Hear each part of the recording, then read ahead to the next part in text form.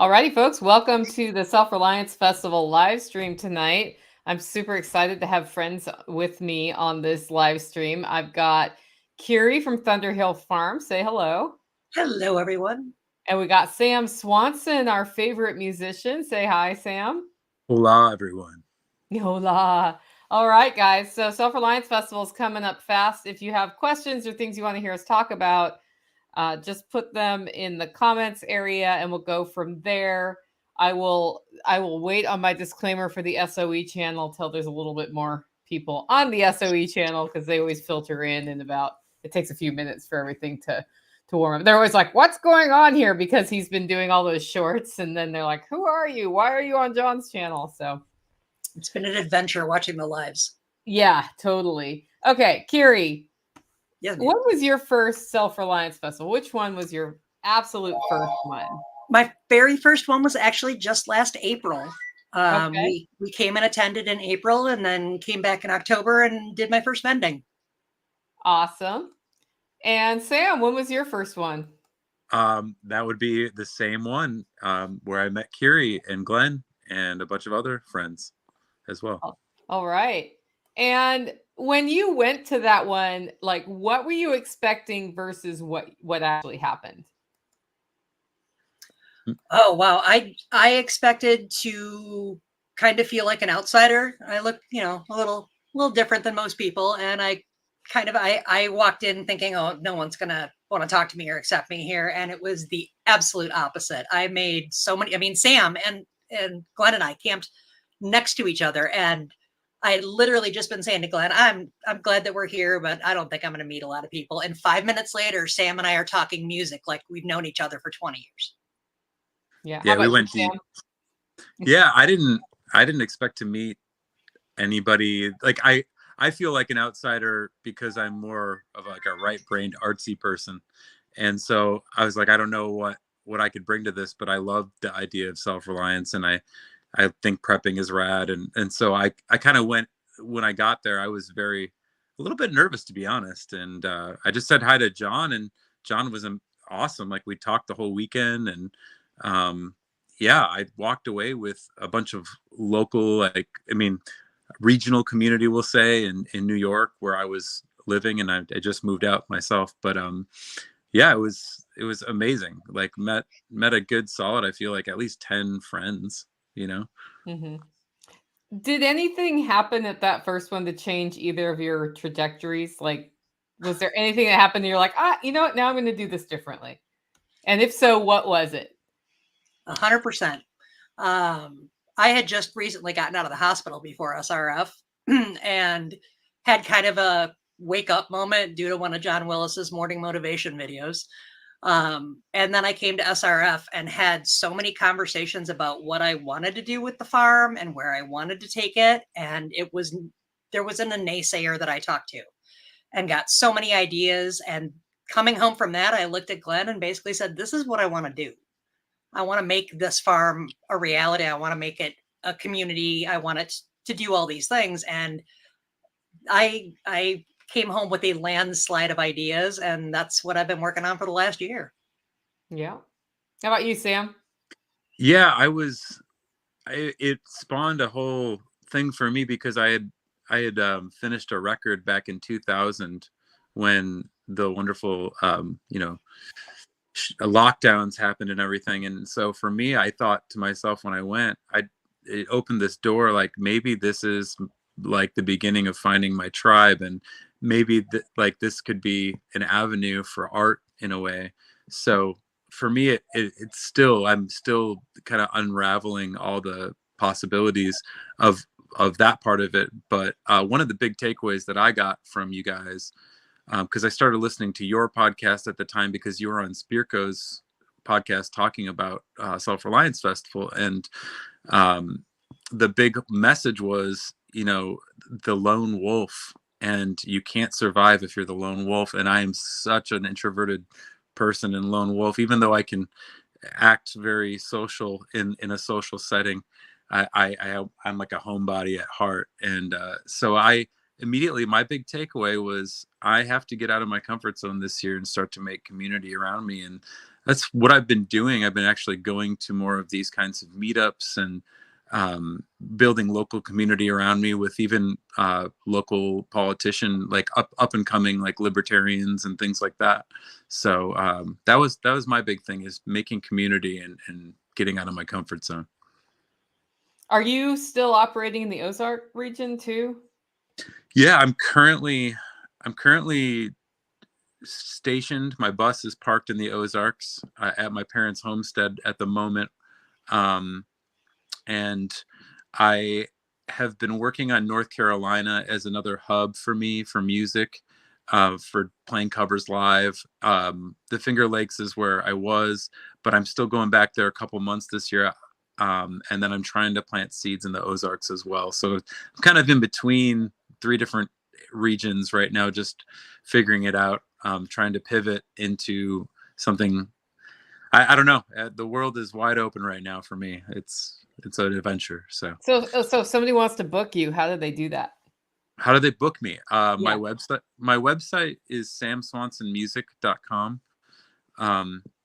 I that's probably the best way, but if it's slave to servant, that's a whole nother kind of ball game for the band. It's just harder to get a band together, so it would entail a lot more for that. But yeah, like you can reach me at samswansonmusic.com. There's a contact form there, and you can email me if you want. So guys, I'm just saying, if you're doing a festival or have an event or a gathering, you can hire Sam to play. You should. And I mean, if he's not already booked, which I noticed that your dancing card is very full for the next 2 months, but there's still some windows there. You can totally do that. And then, Kiri, what did you start doing with your homestead to make it like start generating money? So we have a 400 by 60 foot enclosed orchard that my super husband built, and we have filled it with literally like every fruit and berry plant that will grow in our lovely zone 3B up here in northern Wisconsin. So I grow everything organically from seed, and then I take what I grow and I try to do different twists on sauces. It's something I've always done and gotten good feedback on, and now I just do it in a larger production and volume. Hatch chilies and raspberries was really the launching sauce for us. So really working full cycle and making sure that it's pure from seed to sauce.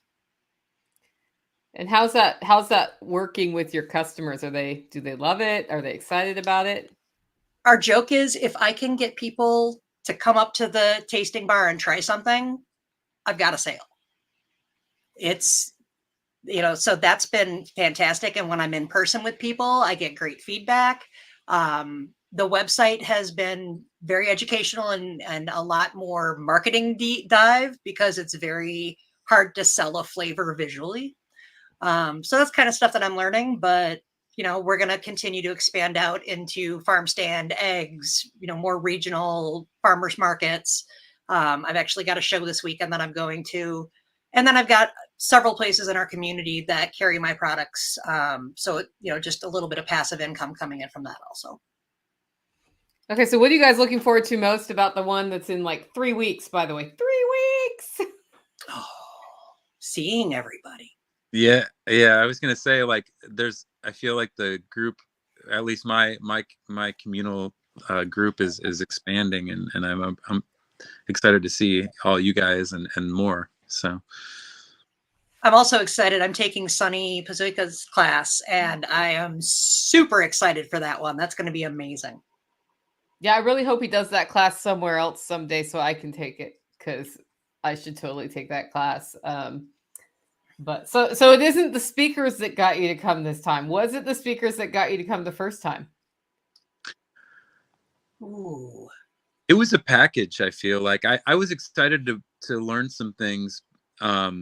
For sure. I was excited I even brought a notebook. I was intending on taking notes, but I ended up talking to Kiri and Glenn and all these other people the whole time, and I didn't take any notes. So.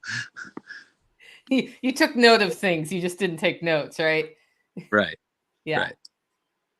I was really excited to honestly meet you, Nicole. I've been listening to your podcasts for a couple of years, and your pantry knowledge and the way you operate your homestead has been a massive education for me. And really inspirational. So to actually be able to like meet you in person and shake your hand and thank you for all the work, that was a really big deal to me.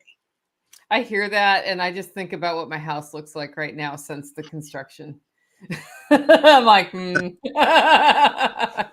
sometimes we're not all together. We'll just put it that way. Oh, but I'm sitting in a room of chaos. Yeah, I'm giving, I think 2 to 3 pantry presentations this year. Like it's the thing everybody wants me to talk about this year. I don't know why this year is pantry year, but I know why. Because grocery prices are like, "Beep," and now people are right. They're like, oh, we can source in bulk if we know what we're doing, and then you can like have savings in the long run. So yeah, I hear your Mexico raspberry sauce is really good on a pork loin, according to Rich. It's pretty good. Yeah. Yeah. Are you going to be at KSL? Yes, I will be at KSL. I think I'm going to get lucky enough to be next to Homestead Medical and Grumpy Acres and all the. That'll be way too fun. Yeah, and rumor has it Glenn's going to give me a break so I can come and catch your talk. Oh, okay. That's one of my pantry talks, as a matter of fact. Yep. Sam, are you going to that one, or are you gigging elsewhere? Where's this? Kentucky Sustainable Living is in 1 week. It's in Bowling Green. Oh yeah, I don't think there's any. Well, how far is that? You're maybe 2-hour drive from where you are now. I would guess 2.5. That's I'm assuming that's weekend, correct? Yeah, it's a weekend. I mean, there's a chance that I might be able to pop in. Yeah. I have to look at everything, so I got to look at what I've. Things. So. Yeah. Yeah, I like literally his dancing card that he keeps. I call it a dancing card, but it's the schedule of where he's playing, guys. And I guess dancing card sounds really girly when I say that. So sorry for feminizing you, but he's got like, these are all my dates. And then a week later, it's like, now there are more dates on this card. So that's been kind of fun to watch. Yeah. Yep. No, Chase is glad you're going to be next to him. I'm looking Did you get in the Homestead medical class? Glenn got into the Homestead medical class for SRF. Because of work things, I wasn't able to get the extra time off this time. So I'll catch him in October. Yeah. Are you like showing up on Saturday for SRF or? No, SRF, I'm doing Sonny's class. Oh, that's right. You're doing Friday. Yeah. For KSL, we're just driving in fast and driving back to Wisconsin. Yeah. Have you guys found that since you like kind of tapped into this whole community that you drive a lot more?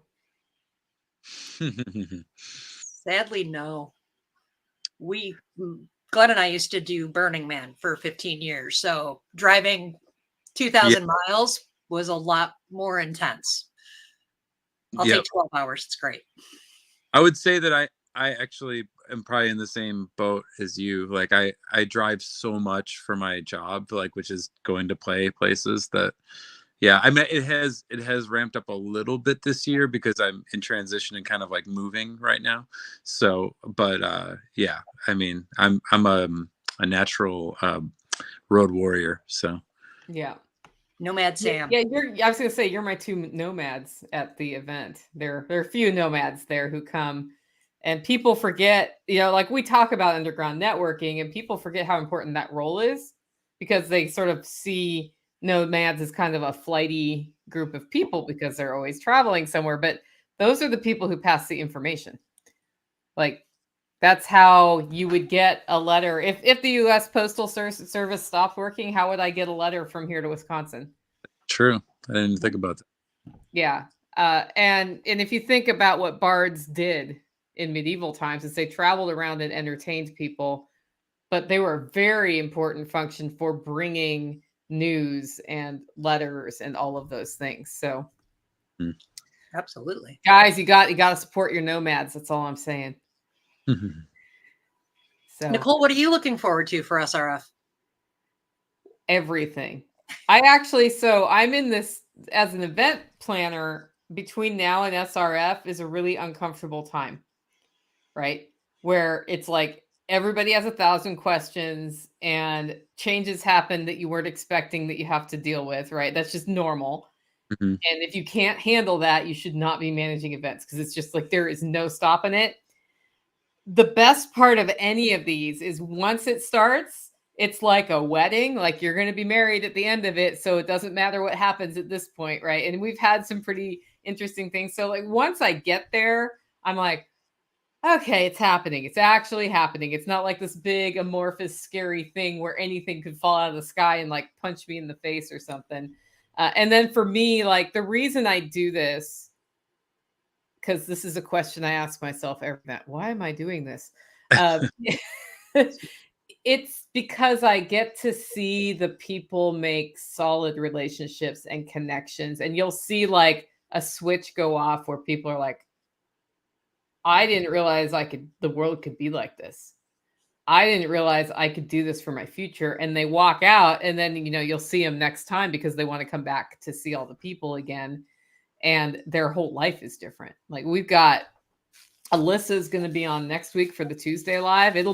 She's telling her story of how her whole life has changed in a year, just because of, taking some steps. And so I think that's the part I like the most. I love, like we have the speakers and I love the sessions and I learn a lot from them and they're entertaining and you have to have that for people. But the funny part about the event is it's 100% like the best miles are from the relationships, which is not a surprise when they asked you what do you like most? Everybody's like relationships. Nobody's like, I really liked Joel Salatin's session on, homestead tsunami. It's like we all did like that. People were cheering in the audience, but yeah, it's all those changes. And Sam really clicked with the Willises his first time, which was interesting to watch. I really enjoyed John a lot. It was a great time conversing with him. And I wouldn't, this is the thing is like going again, I just didn't think that, I don't know if, I don't want to sound weird, but like, I just kind of feel like, do I fit in with this? You know what I'm saying? Like, do I, and I think I do, it's really nice to find people, especially like with, going back to the lockdown situation, the way our world is shifting, and it's great to know there are people out there that are trying to do for themselves, and not just for themselves, but by extension of that, like being stronger for their communities, and that are just not all about the system, that's so important to me. Mm-hmm. Absolutely. And I mean, I think a big surprise to me for my first SRF was really, it's like an intense business incubator. You throw an idea out in any group there and you are getting ideas from everybody. And did you think about it this way? Did you try it that way? Oh, you shouldn't waste your time on that shipping. You should try this printing. It's amazing the collaboration that happens in this community. And you never know who you're talking to, and you better listen to everybody is my advice that I give to anybody going for the first time. Yeah, you can't judge a book by its cover there. It's not like all the successful business people are in suits. Yeah. No, that's not how that works. And well, it's funny because coming in with a learner's mind to something like this, which I've been to a lot of these, and you would think, okay, well, I've been to a lot of them, so I don't need to do that anymore. Nope. I'm going to meet somebody who's going to challenge me no matter what. And what happens is they say something and you're like, oh no. And then something viscerally in you is like, I can't do that, or whatever. Like the little what John would call the bitch voice starts talking in your head. And what I've learned is when the bitch voice talks, that's when I have to listen extra hard to what somebody's telling me. Because that means I'm coming up against a perceived boundary that's probably not a boundary. It's probably one of my own making. And so I'll shut up. I'll get a look on my face where I'm like, it's like I'm clearly biting my tongue right now. But because of learning that, I've gotten a lot of really great just advice. And you wouldn't think advice matters that much. It matters a ton. Like you can shortcut a lot of things with that. Mm-hmm. Yeah. The advice I've gotten from this community in the last year is everything. I've taken everything I've been told and doing what I can to just move it forward because it's good advice. So I want to go back to this comment from Amanda. Welcome to the island of misfit toys. None of us fit, but we all fit together. And Yeah. the reason we do is that when I meet Kiri, I want to see her do well at what she's doing. I don't want to do what she's doing, though. Right. When I see Sam, I want to see him do well at what he's doing. I don't want to do what he's doing. But nobody is like judgy about it, right? Right. I mean, not that anything that either of you two are doing is something to be judgy about, but some people, they cannot get outside of themselves long enough to be like, oh, that's a really cool vibe that you've got going on there. That's a really cool idea or really cool project. And if that's your passion, you should go for it. Yes. That's why we fit together. Yeah. So I remember Amanda was really surprised when she was selling crystals and rocks that people just like bought the crap out of them. And I was like, well, they're cool. Yeah. And nobody's ever done that here before. So I have a little dream board or inspiration board over here. And one of the things it says is, remember, the only competition is yourself. Totally. And I think that more people remembering that, just focus on yourself. No one is judging you or paying attention to you. They're worried about themselves. Yeah. Oh, and here's your website. Thanks, Homestead John. Medical's on the job. He's going to get, it's Samuel Swanson Music, right? Sam. SamSwansonMusic.com, right? Yes. Okay. Just so it can get up on the text as well. That always helps. Well, a friend of mine, Amy Dingman, posted today that prepping, it feels like prepping has turned into a shopping list for a lot of people. Mm-hmm. What do you guys think about that? I could see it happening. I think the point where we're at now is we're trying to shop as little as possible. So we're in that weird shift of like, don't spend any money in the stores, let everybody else have it. We have enough here. But I do see a lot more people out in the world that thought we were crazy for the extra water and things that they would see. And now they're starting to develop the same habits of like 2 weeks, 3 weeks. Just make sure you're good for a couple of weeks if something happens. Yeah. I've embraced intermittent fasting this year in full. So I've been saving a lot on groceries. With intention or just in areas where you don't find what you want? Well, I feel it's been kind of healthier and better for me just to wait till 2 or 3 to like start eating. Like that's usually how I do it. I homeschool during the morning when I have the kids, and I just got off 2 straight months of homeschooling and I was exhausted. But then I'm trying to find time to work out, and so I don't know. I'm trying to find a balance for myself. It's not for everybody, but yeah. What do you guys think about finding a balance? We always talk about that, and then we tell people about it, and then I don't know about you, but then I go work my butt off anyway. There is no balance. If you are running your own business, there are no days off. There is no balance. It is what you do because it is what your passion is. It is what your soul drives you to do. And if it's not, then you're in the wrong job. What do you think about that, Sam? I think there can be balance. I don't know what balance means these days because I'm raising 2 children and homeschooling, and I feel like my role is I have a very busy season of what I do, almost akin to like a farmer. And it's like work hard, play hard kind of thing. And so I'll take my 6 months and just play gig after gig after gig and save as much as I possibly can. And then it's like, okay, I gotta gear up for homeschool season and all the other stuff I have to do and kind of incubate my next year's worth of bookings and work and creations and things like that. So I sit here and there is a monitor here and I have a monitor to my right. And on the monitor to my right is a spreadsheet. And on this spreadsheet, I have a running list of what I've done and how many minutes it takes. And if the item is delegatable. And And I'm not doing this with any like, oh, and by Friday I'll delegate all this stuff. It's more like I need to be honest with myself about what I'm doing that I say I cannot delegate that totally could be delegated. And Yeah. think about how that works with scaling. A, B, we're in critical path for the event, which means that it's just like all of the on right now. And it's also important to me to get exercise. Yes. And if I don't get exercise by the time I get to Self Reliance Festival, my lower back will be so out of whack that every step will hurt.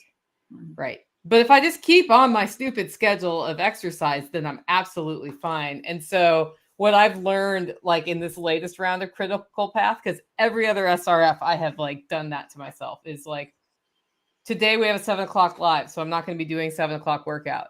So at 2, I was like, I'm going to go row for 45 minutes. I'm going to, walk it off and then get back to it. So like what I've learned is you just sometimes have to walk away to make sure you take care of your health, because your business won't go anywhere if in your 60s you're not mobile anymore. Right? Absolutely. My rowing machine is literally right here. I have it right next to my computer so I can watch, YouTube streams while I row. Yeah. What were you going to say, Sam? Oh, no, I think working out is so important, and I hate working out, but I make myself work out, and it's better for people that don't want to do it, because if you love it, it's like nothing. It's just like cool. It's still good for you, but you're not challenging yourself, and it's really good for us to get like that. I don't know, 45 minutes of sweating in a day or whatever whatever you do. Mm-hmm.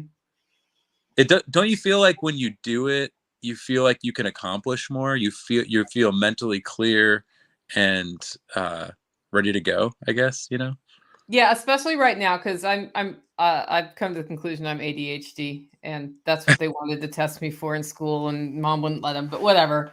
And so when there's a lot going on, I'll get to what's the scatter mode, where I think I did a thing and I didn't do the thing, and then I discover later I didn't do the thing because some other thing got in my way. And if I go work out, like it's like a faucet turns off again. I'm like, okay, I'm back on Earth now, and maybe I won't burn the cheese. I burned the cheese today. Oh, I don't know if it didn't burn, but I was making cottage cheese, and it's like you heat the milk up to 80 degrees. You put in rennet, you walk away while it curds itself. And so I heated it up to 80, put in the rennet, forgot to turn off the stove, walked away, had a half-hour meeting, came back, and I'm like, well, that stove's still on. So it didn't scald it, but I'm like, I wonder if I'm going to get cottage cheese now. I'll know in about 3 more hours. we just got our harvest right. Yeah. My second load, of course, did the bread load and then doing candy to help, pay for it. My second load just everywhere. Poured out the sides, and I was just like, okay, I get to clean it right away. Lesson learned. And then you got to learn how to clean it. I did. I've heard candy explosions are hard to clean. It wasn't fun. Sticky stuff everywhere, right? Yeah, well, crystalline. And the second you get it wet, it's good. Yeah, when you get wet, it gets sticky. Yeah. I don't know. Those are life's little lessons, right? I walked down to get duck eggs today. So apparently I infected Tactical because he always lets the ducks out at the same time every single day. And it's part of his routine, and he just does it. The ducks are really mad when I walk down at about 11 o'clock to get eggs. And I'm like, it sure sounds like grumpy ducks are still in the coop, and they were, and they just came pouring out straight to the pond. And I was like, it's Tactical, I don't think you let the ducks out today.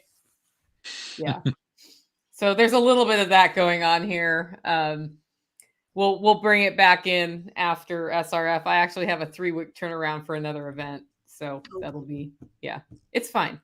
The other event's a smaller event, so it's a little less crazy.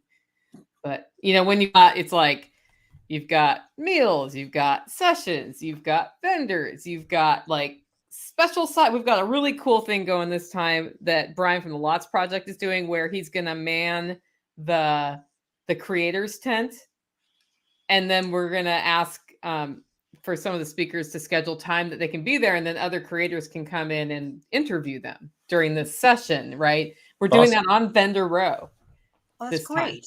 Yeah. So there's Like- that. There's always something like that. Like, woo. So Awesome. yeah. Keeps expanding. I mean, you're growing it beautifully. I love doing it. So except for like right now, I don't love doing it, but I'll love doing it again in about a week when we get over the next detail hump. After we get back from SRF, we're getting birds every week for the next month. First, we get our turkeys, then we get our chickens, then we get our guineas, then we get our ducks. And it's just going to be a birdhouse in here. Yeah. How come you rolled it out like that? Space and pacing, really, because it's also as beautiful. You know, it was 50 degrees here. It's still March in Wisconsin. I mean, we got snow last June 13th. So yeah, I haven't even started seeds yet. And it's kind of killing me because I'm watching everyone else do it. Oh, that's okay.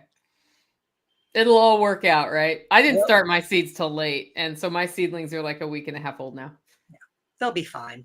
They are fine. They'll catch up. They, like I was like, okay, I know how to kickstart them, so it'll be fine. But there was a point it was a week and a half ago. I was like, this day shall not end without my tomatoes being in the tomato things. And then I couldn't find my seeds because I haven't unpacked from the construction yet, so I don't know where anything is. But I found the seeds that I had collected 2 years ago. So I started from those, and they germinated. And I was kind of like, hope they germinate. Well, your tomato solution for your home is one of the smartest things I've ever heard ever. And I want to figure out how to steal it in our house, because I remember the day you said that, and I ran up to Glenn and I was like, do you know what Nicole does with her tomato plants? And he just looked at me and went, yeah. Yeah. You should come look at it. Well, I'm hoping that when I am a full-time farmer, I will have more time to travel and visit people and maybe come to your spring workshop if I'm lucky enough. Yep. They're not that tall at the spring workshop, especially this year because I started them late. But yeah, I think like a really good time for peak tomato wall viewing is like from June to about August, unless I get the blight. But I figured out the aspirin thing from Jack Spirko on the blight, and now I haven't had blight issues. So yeah. Yeah, we had no blossom end rot or blight problems using the aspirin this year too. Cool. Yeah. Yeah, it's like, why would that work? But if it works, okay. Nobody really can explain it. The best explanation I've heard is that it basically stimulates the tomato to use its immune system or its defense mechanism against blight by exposing it to something that's kind of triggers that. But it's not actually blight, it's the aspirin. And then when the blight comes, it's more able to beat it back. Mine did get the blight. They just didn't. They just kept producing through the blight and didn't get the blight, quote unquote, that bad. So yeah. I don't know, Sam. Do you grow tomatoes or? My mom and my dad do at their homestead, and that's interesting because I think they had an issue with blight last year. Based on their geographical location, I would expect that they had the same blight we all have here. Yeah. So now you have a tip from just this conversation. Mom, Dad, go put aspirin in the ground by your tomato plants. Yeah, they should put them in the pots if they are starting seedlings. And I put like a half to a quarter aspirin per little seedling start. And then when I transplant them, I put 2 in the soil. What did you say? For the tomatoes specifically is what you're saying, correct? Mm-hmm. Mm-hmm. Okay. Yep. Don't know why it works, but that was my. I have tried everything with the blight. I have tried a whey foliar spray. I have tried, like everything natural. Yeah. And, Dawn dish soap and like all of this other stuff. And it was just always like, nah, well, it's the beginning of August. This is when my tomatoes are going to die. And then, yeah. Last year I added shade cloth too, and that helped a lot in August. Because it gets so hot. This year we have our first little greenhouse. It's like 12 by 24. And I'm very excited to put my peppers and tomatoes in there this year and really be able to get a better climate for them in general, because where we live is kind of in a valley.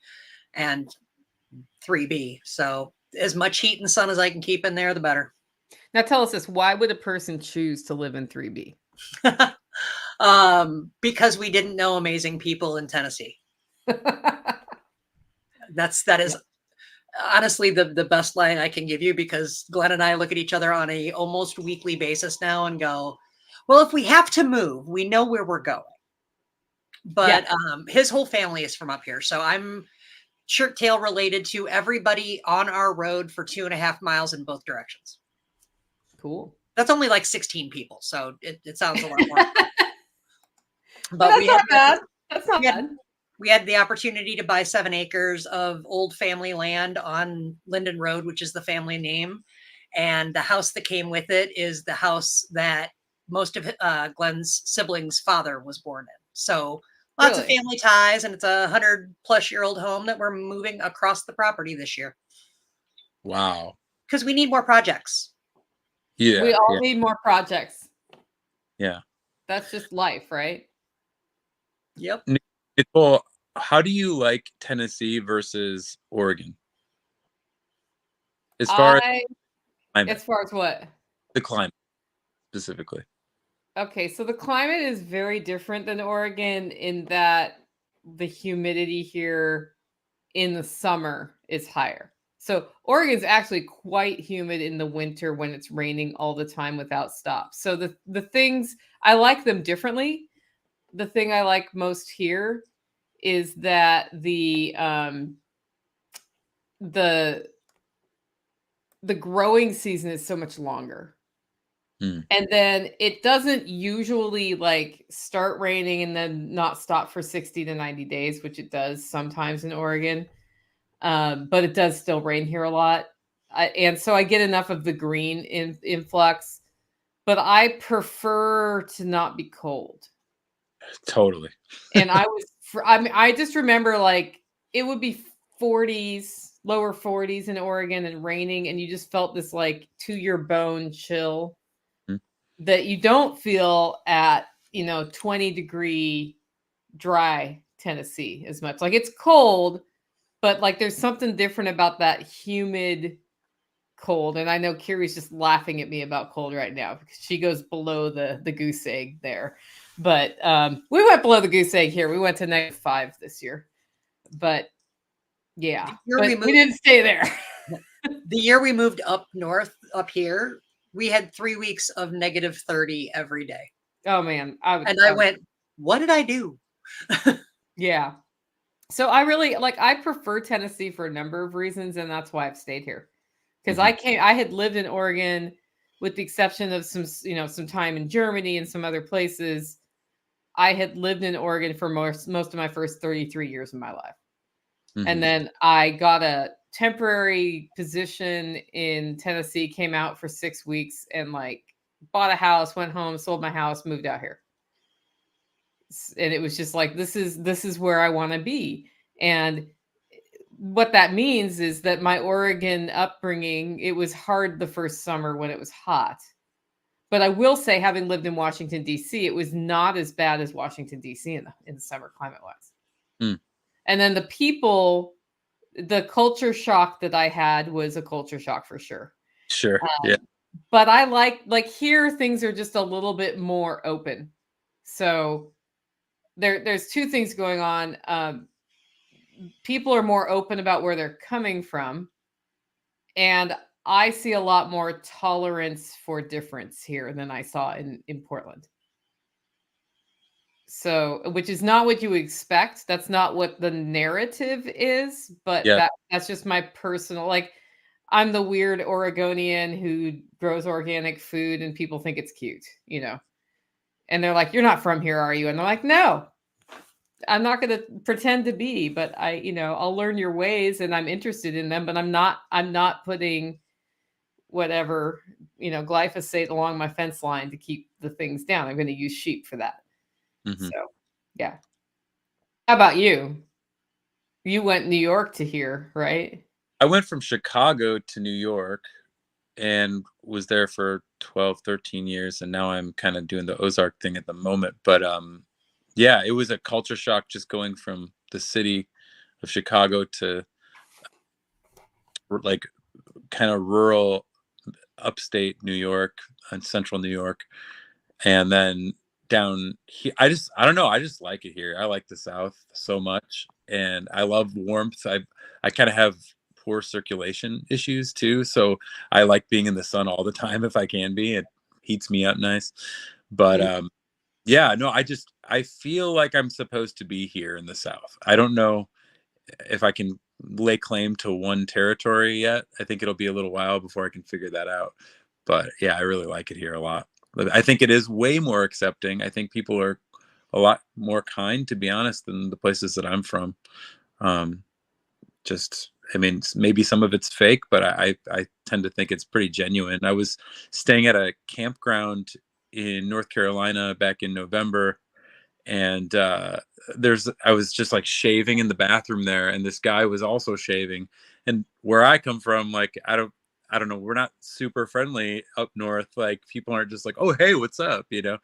And the guy left the bathroom. I didn't think anything of it. He came back. He's like, hey, I was meaning to say hi before, but I didn't do it, so I'm saying hi now. And I was just like, well, that's nobody would ever go out of their way to just say hi to you while you're in a bathroom shaving next to each other, like in the north. So I don't know. I like the people here a lot. Yeah, not only that, they'll think you want money or something. Like, Oh yeah. I last time I went to the Portland airport, we got stuck in a crowd, and you had to like the stairs for some reason were blocked off, so you had to go down the escalator, and it was sort of like this, like you have to all squish in. Mhm. Which in the South, you start making jokes about it, right? To each other, and people kind of chuckle. It's like, okay, we're all in this together. We'll go for it. And so I did that because I've been in Tennessee for 17 years. And the people like around me were like afraid to answer back, afraid to react. And I just thought, oh yeah, we don't talk to each other here if we don't know each other, because then you're expecting me to ask you for money or something. I don't even know. Yeah. Instead, I shall stoically endure the escalator squish. Stoic endurance is a northern, I think, super sport. Yeah. So yeah, and then I visited Maine, and that's a whole nother, like, if you know people locally in Maine, there's a lot of back and forth. But when you're a stranger coming in, it's not that they're not nice to you, but you are clearly not one of them. I felt like when I moved from Chicago to New York, the area that I was at, where I was campground that I worked at, it was so small and so tightly knit that it felt like it.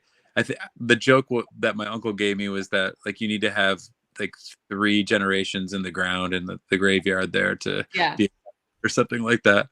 So yeah, it was fun. Well, and I actually happened to be with some people who were locally accepted, so like I had an easier time of it. But then I was like, okay, I get it. Like I'm not just gonna walk in and expect whatever. And fine. Now I know. So I don't know. We don't talk about how much culture shock you can go through in the US, and you just have no idea how different cultures are in our own country. But I find that funny, like the topic of culture and how some people present culture like I like to be here because there's more culture. It's like, well, the South has culture. These different areas have culture, and sometimes I think the South in particular gets attacked for not having a culture, and it certainly does. And yeah, it's multiple ones. Yeah, absolutely. Yeah. So I don't know. And yet we all find a shared interest and get together and have a grand old time at these festivals. So that's the other thing, is like I guess the other part I like about the uprising of homesteading, preparedness, self-reliance, like that whole thing, which some people think are two different things, but they're very closely related, is that we have people from multiple colors, religions, background, romantic partner choices, like all of those things. And we come together at these things and are most concerned about building a better life. And some people are very afraid of what's going on too, which totally makes sense when you watch what's going on right now. But what happens when we get together is we see that maybe it's not as bad as we thought it was. And we see that, more importantly, I can't control what they do. Yeah.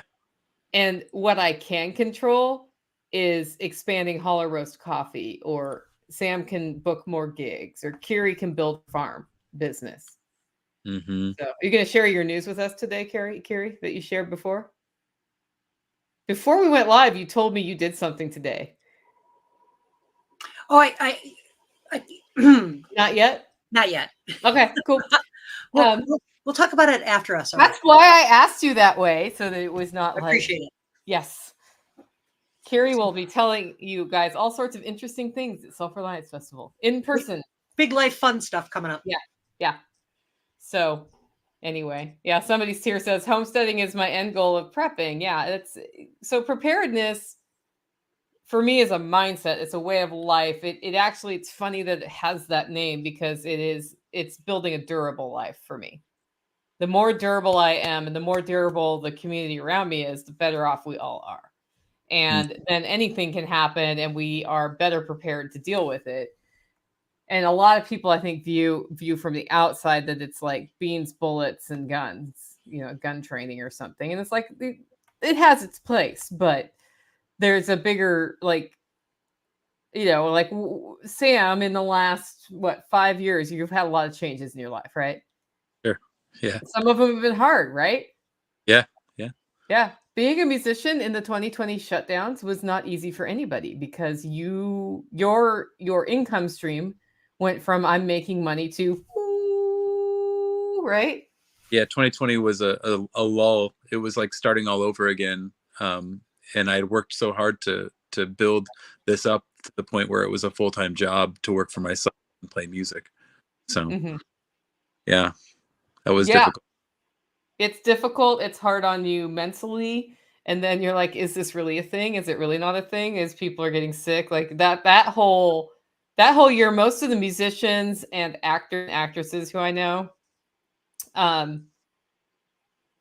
went through a very similar awakening during that time. Now, some didn't, but like the ones who come into our fold are like, man, I don't want to ever have to go through that again. And if we're not going to go through that again, like we need to be out there making it happen no matter what. Yeah. So we're looking forward to Sam when he starts his venue and becomes the kingpin of the Ozarks. Yeah. Or wherever else. Or wherever else. Yeah. Yeah. But, I think with all of the stuff that's going on now in our network, people are realizing it's more of a way of life rather than a stockpile of goods that will run out. Absolutely. Yeah, for me, a lot of this is the people. Like it's just meeting all of these people and having a community is so important to me. Yeah. All right, guys. Well, we're coming around the end of the hour. Let's go once around the horn and just share any last thoughts you want. Make sure you tell people how to connect with you. We'll start with you, Sam. Yeah, I have a website, samswansonmusic.com. I also play in a band called Slave to Servant. We played Self Reliance Festival back in October and released our album. And we just played Caleb House, an event for the Refuge Ruckus, which was fantastic. By the way, 2 of my New York community friends that I met at SRF came out to all the way to that event. Yeah. So yeah, that looked like so much fun. I really hope I get to go next year. So I assume they're doing it again next year, but yeah. Yeah, they said they're going full throttle. They're going to do it again. So. Yeah. Yeah. But if you guys want to check out his stuff, go to samswansonmusic.com. And it's in his profile right here. Check it out. And if you want to drop some support to a musician, man, just saying, buy his stuff. Slave to Servant, actually, like, their music's pretty cool. Amazing. Yeah, it was. And then your whole band was fun to meet. So they were an interesting crowd at SRF. So I hope they come back sometime. I've got some interesting footage. So. Oh yeah, you guys, I would loved watching your shorts after that with all of like John's museum stuff. Yeah. Oh yeah. Yeah. And Kiri, what do you got for us? Kiri with Thunderhill Farm, or at thunderhillfarm.com. I will be at Kentucky Sustainable Living next weekend, I believe it is. And then I will be at SRF, hopefully inside with everybody a couple of weeks after that. You know, if you ever want to talk gardening, permaculture, having a homestead, or what to do with all of these damn raspberries, please just come and start a conversation with me. I've never had a what? Or if you want to talk about Prince, you know, both of us are Prince heads. So it is the conversation that most happens. Well, I mean, that is because, you know, that's why you camp next to each other, right? Music. Like, the universe made it so. Oh, and meat. You guys had a plethora of meat. Yeah, we're carnivores, and I was telling Nicole, Glenn has been cooking corned beef all week to bring to SRF and KSL and share with folks. So there'll be a lot of meat. You were like, awesome. Like, yes, please. That's the best way to go. Okay, guys, if you haven't, we're doing a free webinar in advance of Self Reliance Festival called Self Reliance Voices Learning from Legends. It starts Sunday, March 17th through 21st. And we'll be hearing from Joel Salatin, CJ Kilmer, Porterhouse, Toolman Tim, Sean Mills, me, a whole bunch of different people. They go for about an hour every night, and it's free. So sign up for that at selfreliancefestival.com/webinar. Every session has some giveaways, and we are highlighting different things every day, including some other events that are happening around the network. So definitely check that out. And thank you so much for joining our live stream. We'll see you next time.